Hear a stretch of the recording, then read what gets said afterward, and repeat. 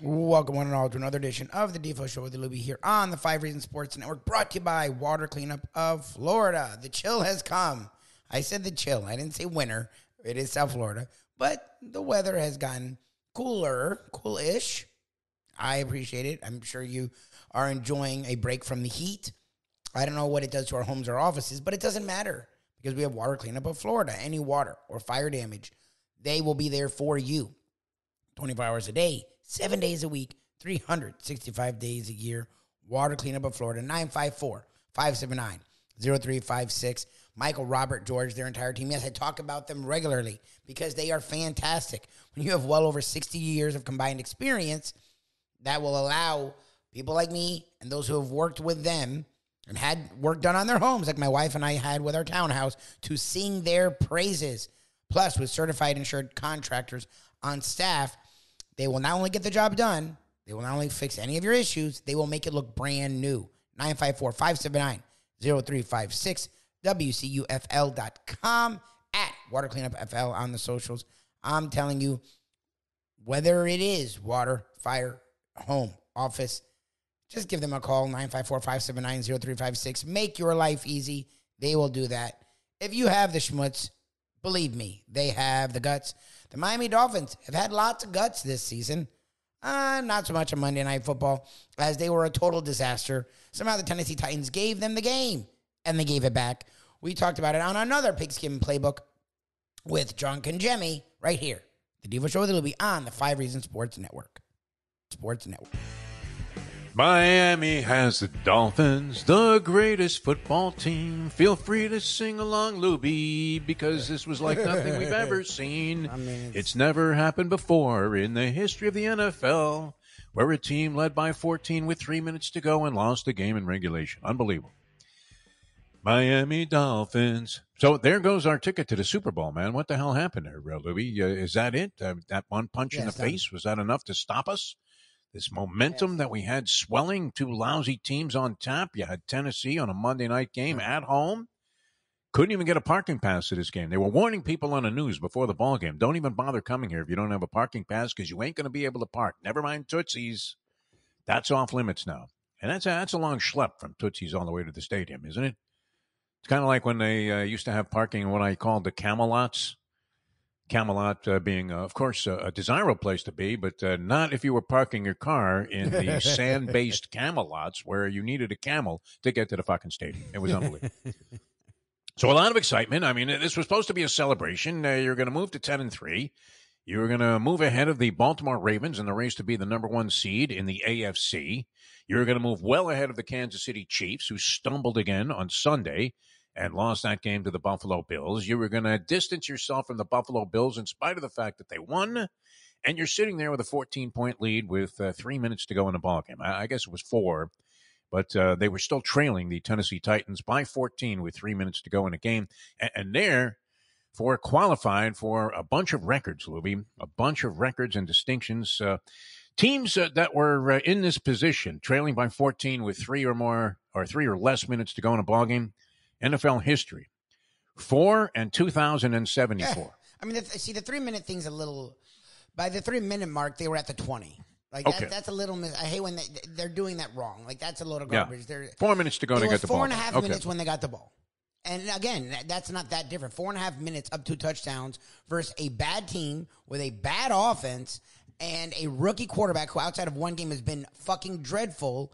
Yes. You should still win. I'm not saying, but the 3-minute, they kept talking. I'm like, dude, what do you, I remember saying, did they get down to the 20 in a minute? So no, the 3-minute thing's a load of garbage. It was 4.5 minutes. They got the ball, and Big Fangio, who's paid a lot of money, showed the answer to the question, why Vic Fangio paid a lot of money? I don't know, because their defense has sucked all year. Outside the 3 or 4 games, Jalen Phillips has been healthy. Their defense hasn't been good. And the injury thing, I got it why it was 13-13. They had no Holland. Connor Williams, again, hurt again. No Armstead. Hunt, hurt again. Tyreek Hill got hurt. Okay, so you're going to be in a dogfight. Fine. But then you got up 14 with 4.5 minutes left. Should be breezing with Vic Fangio, the big acquisition of the offseason. What I don't understand is all they talked about when he came over was how he's great at blitzes. They never blitz. No. Never blitz. So, like, what was he great at then? Like, I don't get it. Like, Counting Mississippi's, I think, would be the thing. Yeah, injuries happen. Okay. They had way too much talent to not be able to overcome the injuries with 4.5 minutes left. Like, come on, man. Javon Holland's that important? Fuck. The middle of the field was wide open the entire game. Javon Holland should get paid $200 million if he's that fucking important to this defense. Because the way they looked the last 3 games and the way they looked last night covering the middle of the field, it was not. And Jalen Ramsey and Xavier Howard, where the hell were they? Like, where were they? Like, they were picking on Xavier Howard the Yes. entire game, which was kind of strange. I mean, if anybody was being targeted to go after, it was Xavier Howard. Almost every pass seemed to be going in his direction. It wasn't, one of those Deion Sanders things where they never throw the ball that way. They either were committed to staying away from Ramsey or decided they saw something in Xavier Howard that they thought that they could take advantage of and exploit.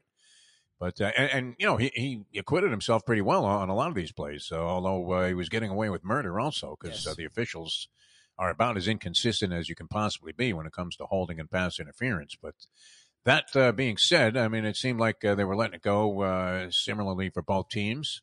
Howard seemed to have his hands all over receivers and maybe got there a little bit quickly. But all in all, it seemed like they were targeting this guy during the ball game. But with Will Levis, who was about as suspect as you could get coming into the contest, and then he throws that hideous pick 6 to a defensive lineman early in the game, and they essentially, with the muff punt and the fumble deep in their own end, handed the Dolphins 21 points or close to it. I mean, they gave them directly 7, and the other 2 were short drives that ended up in touchdowns. So there's 21 of your 27, Lubie. Had a field goal blocked, the Miami Dolphins, a field goal attempt blocked, and then only managed offensively, essentially, 2 field goals in a ballgame that they generated completely on their own without a giant assist from the Tennessee Titans. In fact, if you saw the interview, did you catch the interview with Vrabel after the first quarter, the obligatory sideline interview with the coach who doesn't want to have anything to do with the questions that he's being asked? And he looked depressed after the first quarter. I think it was Laura Rutledge who was doing the interviews with ESPN. And, she asked him a couple of innocuous questions, put him as gently and phrasing them as positively as you possibly could. And he just looked and said, you know what? Right now we suck. We're not doing anything well. And then to win that game in that fashion, I mean, this was one of those giant questions with the Finns. Could they beat a good team? And you thought that they were just going to roll over the Tennessee Titans and then beat the Jets next week, set themselves up for that 3-game stretch at the end of the season where they have to face, Dallas, Buffalo, and the Baltimore Ravens, not necessarily in that order. And they end up blowing a cupcake here. Tua, after the ball game, I've come to really like Tua. He doesn't seem to see this as a matter of life and death, but can you shrug that one away in Joe Philbin-like fashion? Nope. And just say, well, it's the NFL and these things happen. He was horrendous. I'm not sure that that's a good approach on that one. He was horrendous. I'm sorry. You couldn't get one fucking first down? Dude, you couldn't get what? Like, what? Like, I'm actually livid because it's not that they lost the game. It's they actually had it set up perfect for the first time in my life, even the Marino years. If you had a perfect Chiefs loss, the Jaguars are fucking struggling. The Ravens look like they were at least vulnerable in that game. Vulnerable. Yeah. That's it. The Ravens look vulnerable.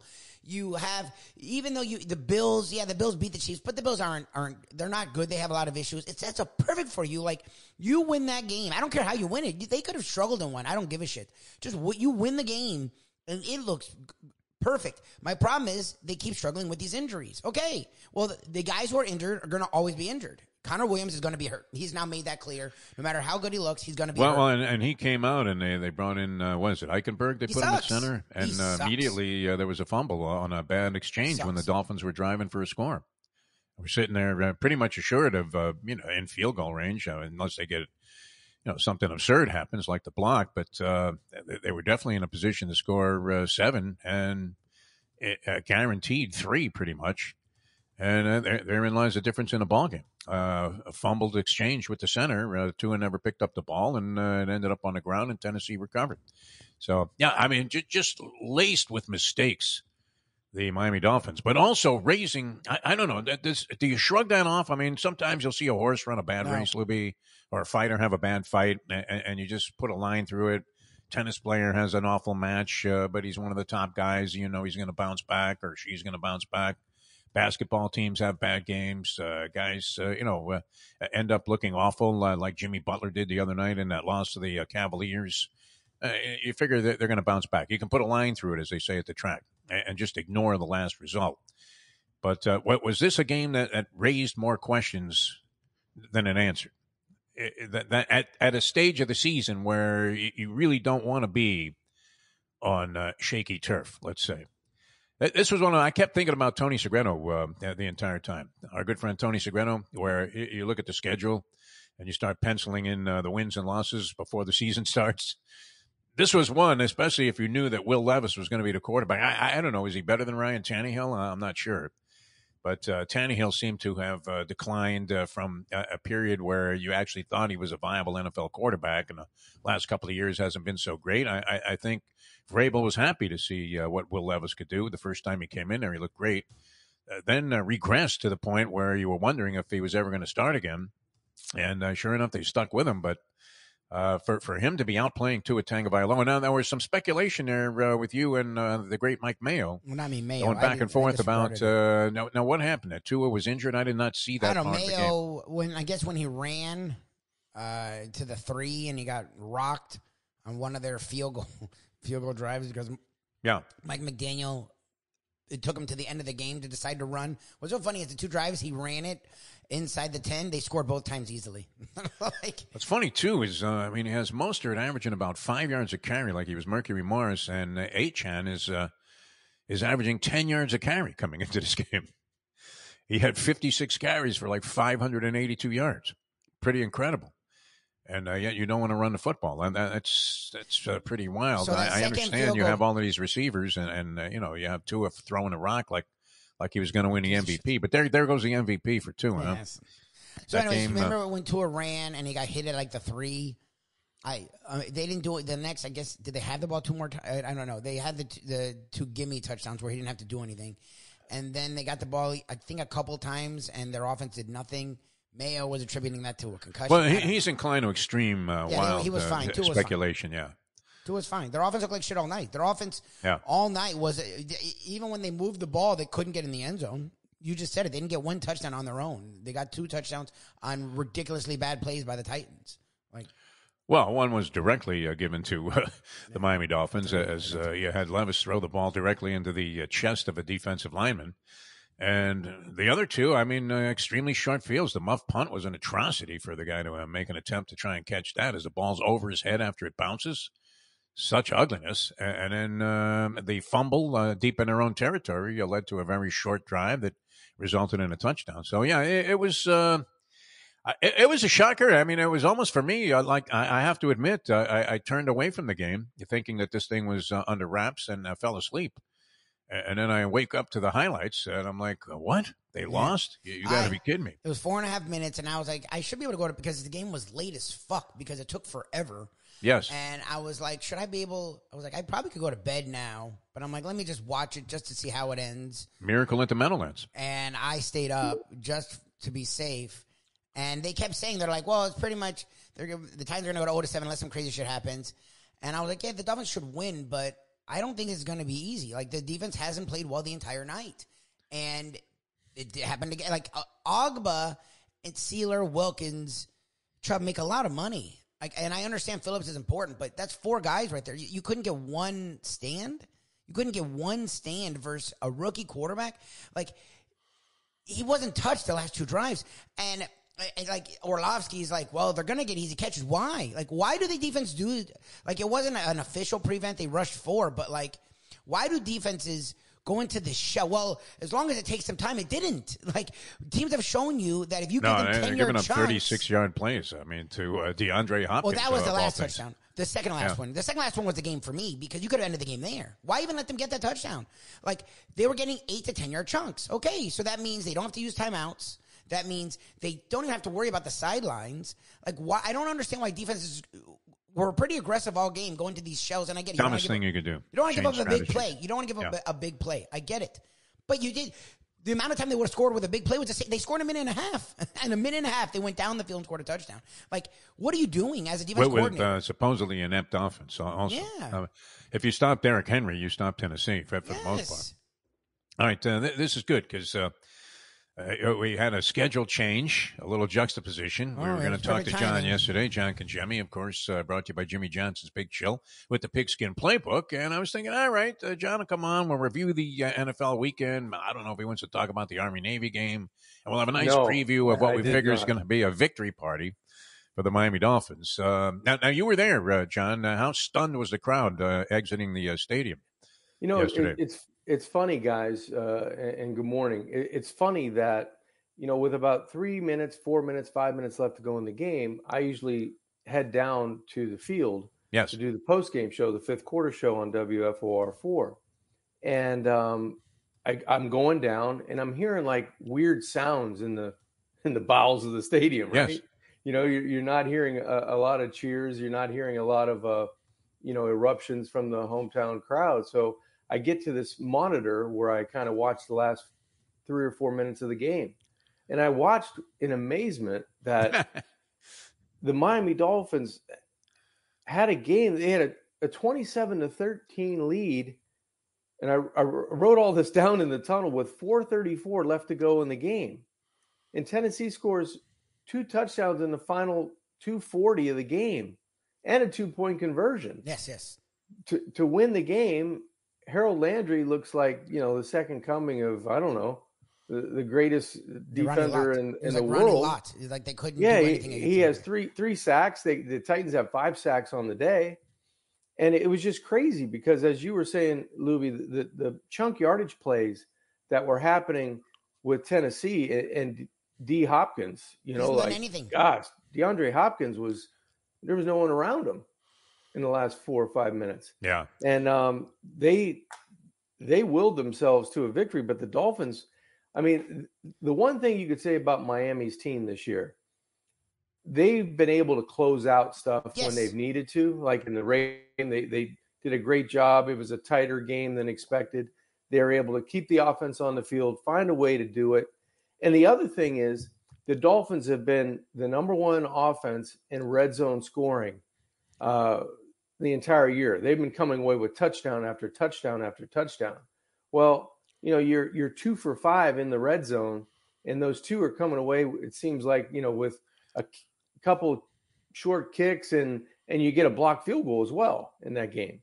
So there were a lot of things that hadn't happened to Miami that happened to them, and you have to give credit where credit's due. That Will Levis is going to, you know how they're doing those ice tubs now? You get them at the house. Yeah. He's going to have to do one in the car. He's going to have to do one if he's sitting in a takeout line. Some of it was self-inflicted because he was looking for the initiating the contact. He played an unbelievable game, for a rookie quarterback getting his 3rd win of the year. That guy's built like a beast for a quarterback, is he not? He is. He's a big kid. Wow. Big, strong dude. Looks like a bodybuilder. It definitely went well muscled, and he was very, very intense. I mean, he went nuts after the game. I've had that experience. I've mentioned it a few times over the years, probably a couple of 100 times over the years, in reference, John, to the idea that the Miami crowds sometimes are overwhelmed and overtaken by New York-based fans, especially when the Giants are in town, which is a rarity. Right.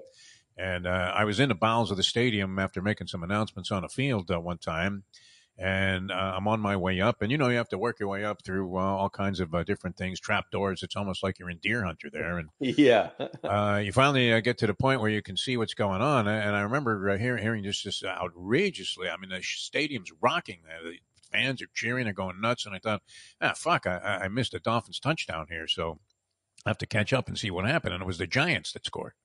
And I thought, what the hell is going on out there? The crowd was very much in favor of the New York Giants at that time. It's interesting because you're not seeing the game, and yet you're feeling this vibe like something ugly is happening. And that's what transpired. So where does that leave us, John? This was one of those games that, you had penciled in as a win for sure. You were thinking, okay, let's just get everything in place and Hope everybody's healthy as you go into that final 3-game stretch. You have the Jets coming up next week, which I don't know if they're resurrected from the grave, but they're certainly they have some life now. More enthusiastic than they Yeah. were. With Wilson in the second half coming around. Although it's great. I mean, you talk about the scrutiny of the New York media. I don't know if this would have happened in Miami, but even after he rallied the team, Wilson, with this 30-point second half, story today is no matter what happens the rest of the way, even if he looks great, they got to get rid of him. He's gone. Yeah. They got to get rid of him. That's got to be a good thing to wake up to. I mean, you experienced some of that when you were in the spotlight there, quarterbacking in the pros and at Pitt. That has to be rough to wake up to the morning paper and see something. Yeah, like pass that. the coffee. Oh, we have to move, honey. That's great. Yeah, where does it leave him? An old coach of mine in Canada once told me, after I threw an interception and I came to the sidelines and I was so disappointed, we're talking about it. He goes, "Listen, John, you got a lot of money in the bank with me. You just made a withdrawal. It's not a big deal. Move on. Yeah. You got plenty of credibility left."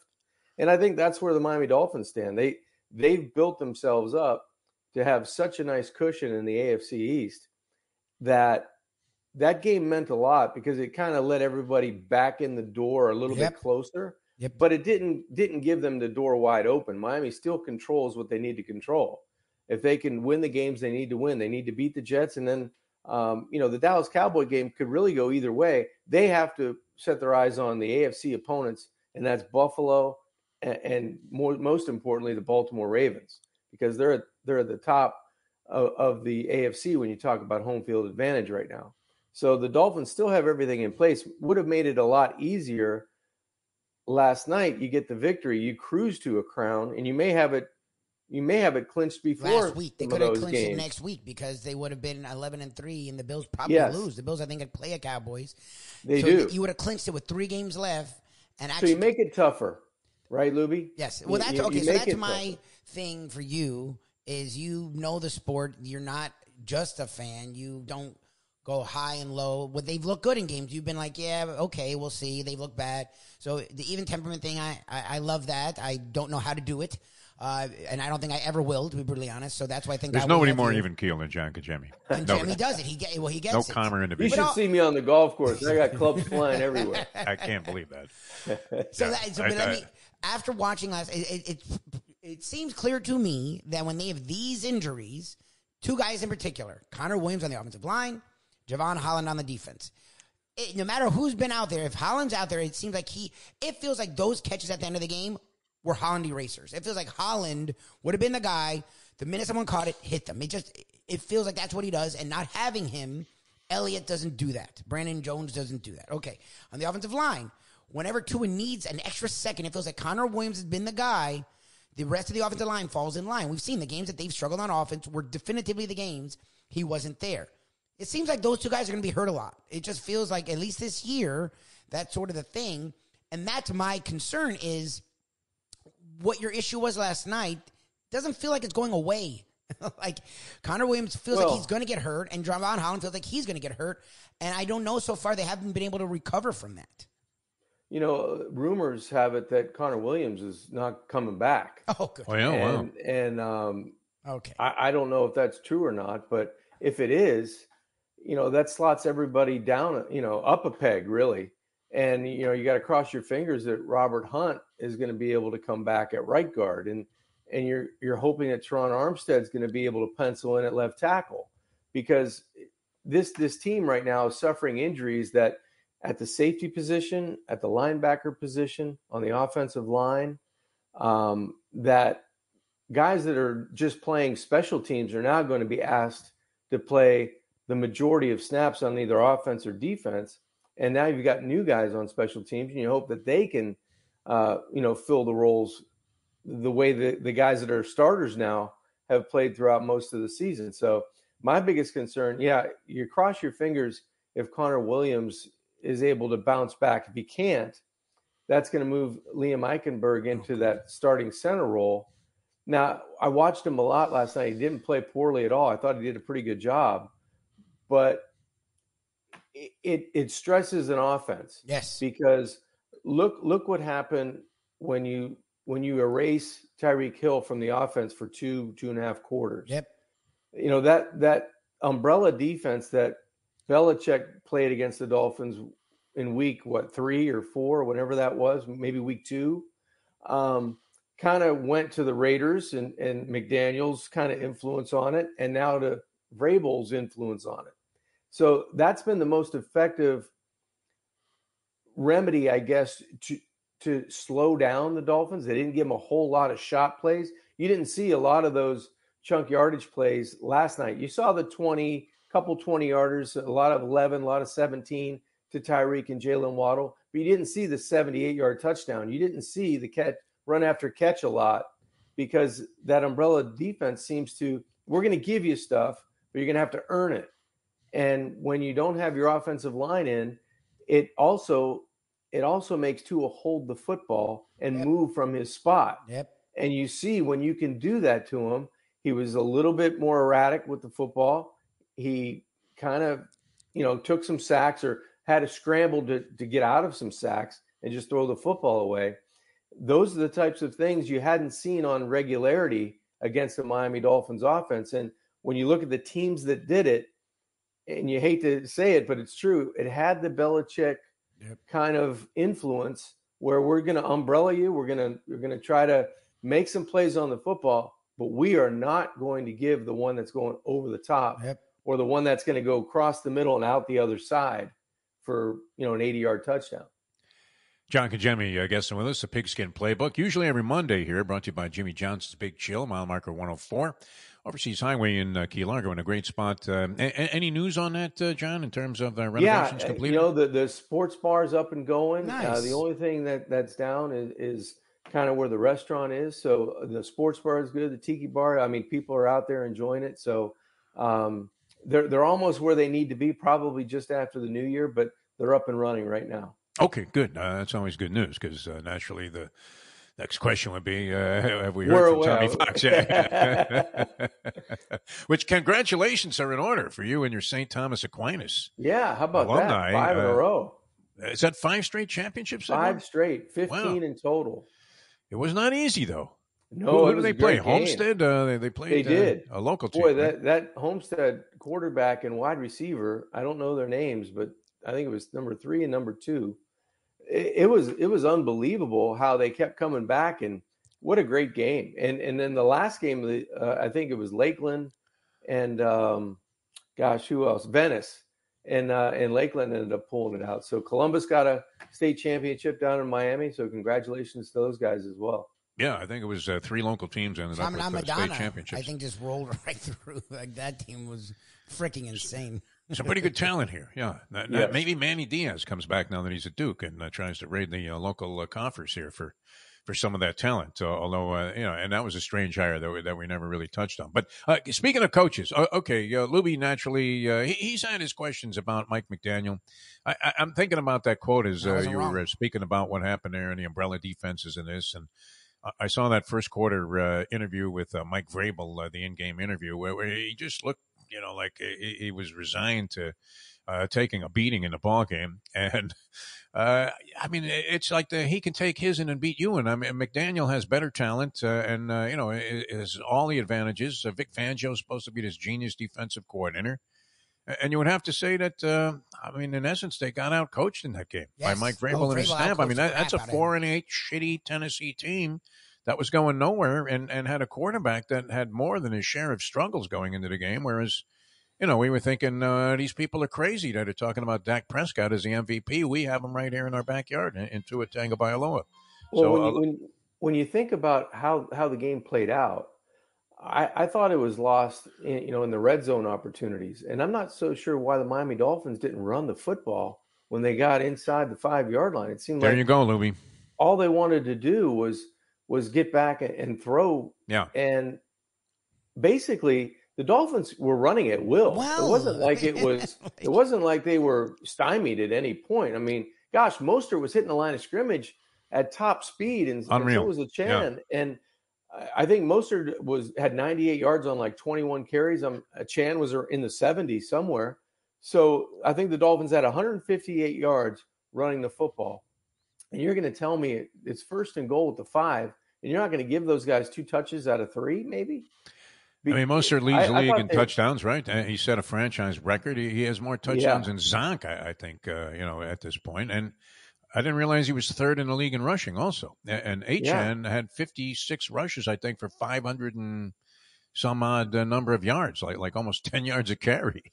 So can you be too smart, John? What do you think as a head coach? This is one of Lubie's contentions. And, I'm sure they ran the plays that they repped during the week that they felt like was going to give them the best chance to score. But at some point, you got to go with your gut and you go, man, I'm watching the same game you're watching. Yeah. We're running the football. Let's go ahead and pound it at these guys. We're getting some surge when we need to run the football. Let's dial up our 3 best runs and try it one time, because the first couple times you're down there and the ball's not coming out, you throw a fade route, you get rattled kind of with pressure, you get a sack fumble, you get a center quarterback exchange that ends up on the ground. So there were a lot of issues that the Dolphins had against the Tennessee Titans they haven't had all year. So Connor Williams goes out, you have the quarterback center exchange. You throw the ball and you lean on the passing game down in the red zone. You either have incompletions or sacks.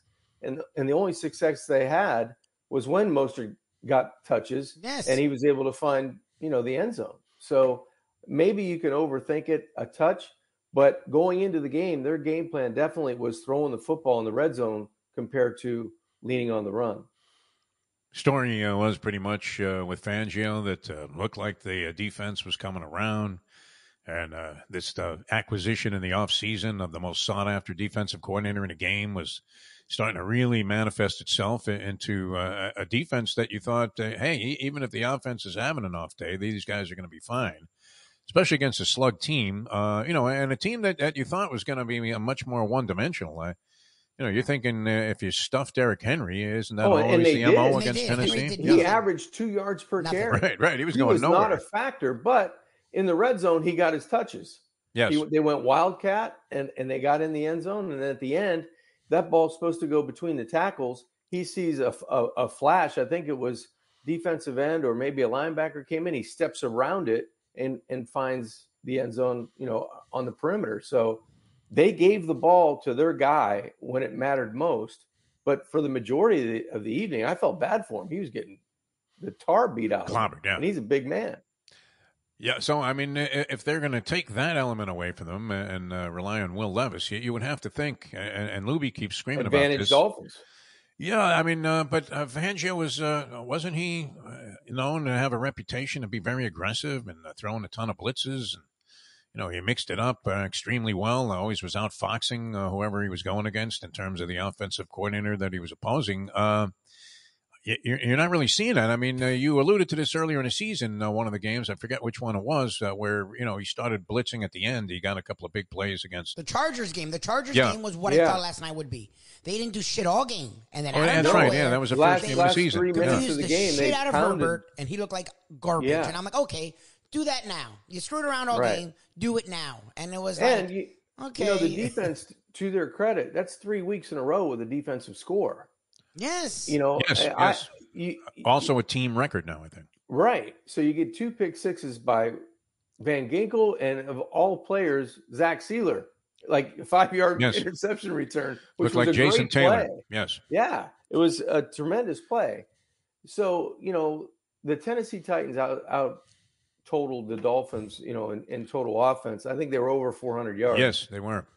But it almost didn't give you the feel of it, because you tell me, guys, if the Dolphins end up winning that game after the pick 6 by Sealer, the bad fumble, on the pitch play by Henry where they get the ball, the horrendous muffed punt that give the Dolphins a 12-yard scoring drive, a 7-yard scoring drive after the Henry fumble, you're kind of walking away going, yeah, we didn't play our best. The offense, Tyreek was out. Our offensive line was banged up.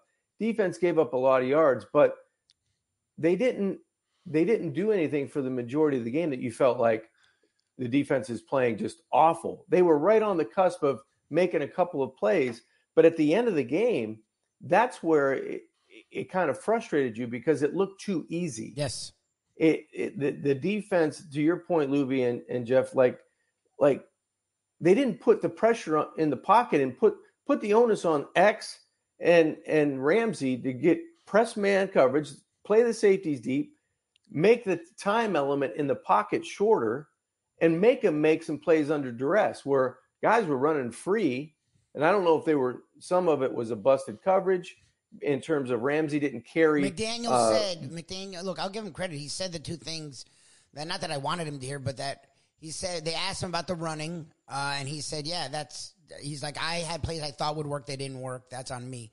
Which, look, to his credit, in the same game, the next two times, he ran the living shit out of it, and they scored easy. So it actually frustrates me more, but at least he's willing in the game to grow. To adjust. Whatever, fine.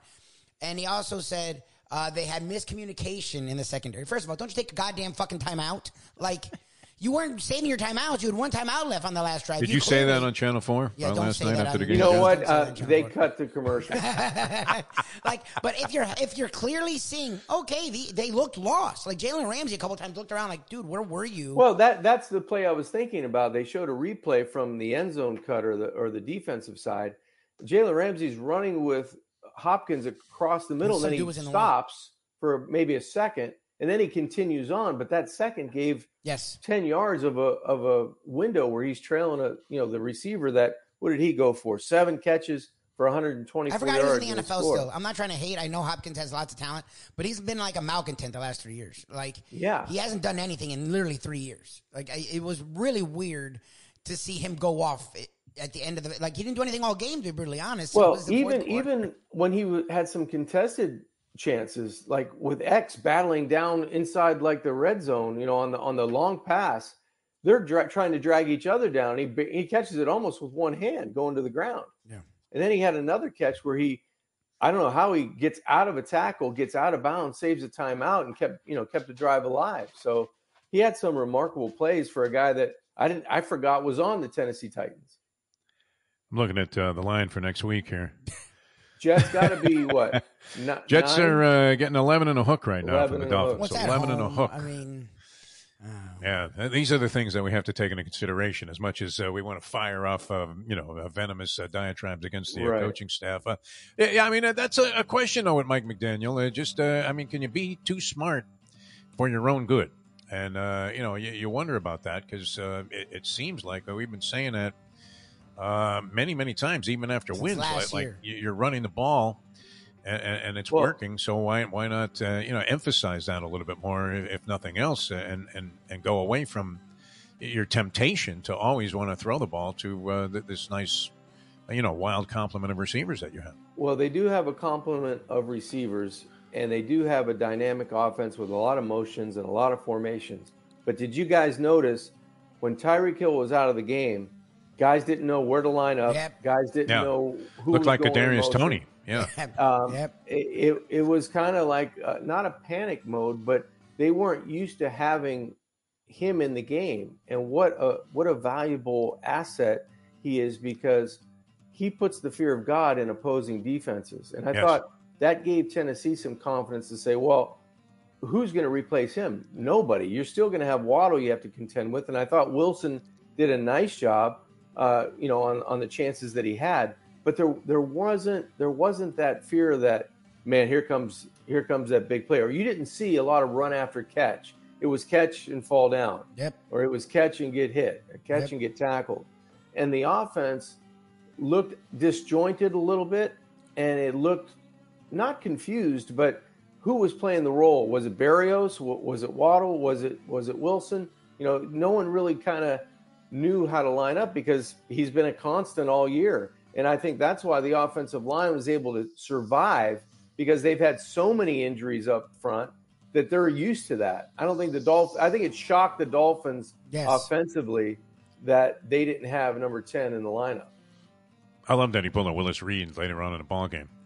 Comes running out of the tunnel there, flexes and says, ready, I'm good to go. And apparently he had a text exchange with his wife. And she said, "You better get back in the fucking game." And that was his incentive to get back out there. In a season with lots and lots and lots of highs, in a season that felt very different than seasons past for the Miami Dolphins, as they've hovered around the AFC East lead, a top 3 seed in the AFC pretty much all year long. They've had a high-flying offense. They've had a defense that's really coming on strong. It felt different than years past. And then Monday Night Football happened where they played a bad team, played down to the competition, had the game given to them instead of just taking it and going home for the night and being 10-3 and having the division almost all but locked up and having a top 3 seed really in your sights, a top 2 seed, honestly, in the AFC. They gave it back, and now they're the Dolphins. Like, we know them for the last 30-plus years in a tough situation, in a tough spot, with a nice record. They're sitting in the top 2 right now, but play a Jets team that's coming on, and they play 3 playoff caliber teams in the Cowboys, Ravens, and Bills to finish the year. Oh, by the way, the injury bug, that's been an issue all year long, and I felt like finally they had corrected it. No, that's not true. Connor Williams is out for the year. Tyreek Hill's dealing with something. Javon Holland's been in and out of the lineup. Robert Hunt's been out of the lineup most of the season. Armstead's been out of the lineup most of the season. So, yay, a team that was trying to win their first playoff game in over 20 years, trying to get their first number 1 seed in 40 years, almost 40 years. It looks like all that's tough to see right now. We shall see if Mike McDaniel shuts up people like me and makes it happen. Who knows? We try to make it happen each and every morning from 8 to 9 on South Florida Live. We also do a national show on the Tony Bruno Sports Network from 10 to 12, plus a national podcast on nofilter.net. Also, just go to Google, search Caffeine TV, The Morning Briefing. And we have another national podcast where we talk more things outside of the world of sports. The Believe Network, BLEAV.com, search After Hours. But we do our South Florida content right here, the Defo Show with Lubie on the 5 Reasons Sports Network. From the newly renovated sports bar to the beautiful bayside views captured at the Tiki Bar, Jimmy Johnson's Big Chill has it all. Located at mile marker 104, the Big Chill also offers waterfront dining while experiencing breathtaking sunset views of the Florida Keys. It's simply the hottest spot in the Keys to cool off. That's Jimmy Johnson's Big Chill at mile marker 104 in Key Largo. For more information, call today at 305-453-9066. These days, we're all looking for comfort anywhere we can find it. Thank goodness for Landlubbers Raw Bar and Grill in Plantation, because they are making sure you are as comfortable as possible. First of all, they're not only open for delivery and pickup. All you have to do is go to landlubbersbarandgrill.com for both pickup and free delivery. You're going to have the best wings in the world. You're going to have a great burger. You're going to have their amazing soups. Again, Landlubbers, Raw Bar, and Grill. It's nice and easy. Just go to landlubbersbarandgrill.com for both your pickup and free delivery. Thank goodness for Landlubbers for making you always feel right at home. Hey, folks, Tony Segreto here. Let me ask you a question. What do you look for when you go out to eat? Good food, obviously. Friendly atmosphere, not too loud, but good energy, reasonable prices, and a place where you feel comfortable. All those ingredients, no pun meant there, are hard to find unless you're talking about the Texas Roadhouse. You see, they encompass all of those attributes. Really, really good food, amazing atmosphere, good for a family, good for a date, or just a night out for yourself, and prices that will make you extremely happy. Their ribs, unmatched. Steaks, hand-cut every day. Everything, and I mean everything, is made on site, including their incredible bread. It's the one day, folks, that you can forget about low-carb diets. Trust me when I tell you, Texas Roadhouse, your restaurant, your destination when you say, where should we go and eat tonight?